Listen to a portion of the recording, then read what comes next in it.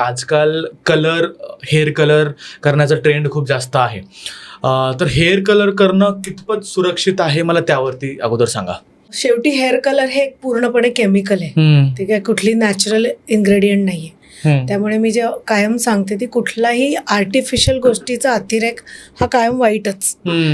So काही लोक अगदी महिन्याच्या महिन्याला पूर्ण केसांना कलर करतात. म्हणजे थोडे केस रूट जरी ग्रे झाले असतील तरी पूर्ण केसांना कलर लावतात.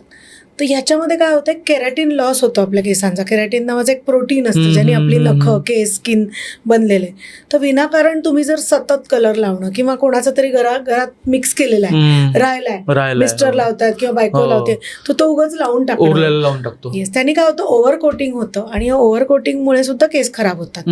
सो ऍक्च्युअल हेअर कलरमुळे केस खराब होतात तर आन्सर हो पण आहे, नाही पण आहे. जर तुम्ही अतिशय खूप कमी क्वालिटीचे म्हणजे अगदी 100 रुपये, 125 रुपयाचे हेअर कलर्स वापरले जे बाजारात सर्रास मिळतात किंवा ज्यांच्या नॅशनल ऍड्स खूप असतात की स्वस्तातले कलर्स सबको. सो कायम लक्षात ठेवायचं, आमच्या इंडस्ट्रीमध्ये, ब्युटी इंडस्ट्रीमध्ये cheap and best will never exist. जेव्हा मोठ्या मोठ्या कंपन्या, आता काही मोठ्या कंपन्या, लॉरियल आहे, शॉर्ट्सकॉफ आहे, वेला आहे, या जेव्हा R&D करून काही चांगले प्रॉडक्ट्स काढतात मार्केटमध्ये, त्याच्या मागे काहीतरी इन्ग्रेडियंटची क्वालिटी आहे जी तुम्हाला हार्मफुल नाही आहे. आणि सेम कलर तुम्हाला स्वस्तामध्ये 50 रुपये, 100 रुपये, 125, 150 याच्यात जेव्हा मिळतो आणि कुठेही मिळतो, सो डेफिनेटली तो ओरिजिनल आहे का हे पण बघावं आणि तो चांगल्या क्वालिटीचा आहे का हे पण बघावं. म्हणून आम्ही कायम सांगतो की चांगल्या सलॉनमध्ये पहिले तुम्ही जाऊन अंडरस्टँड करा की किती हेअर कलरची गरज आहे.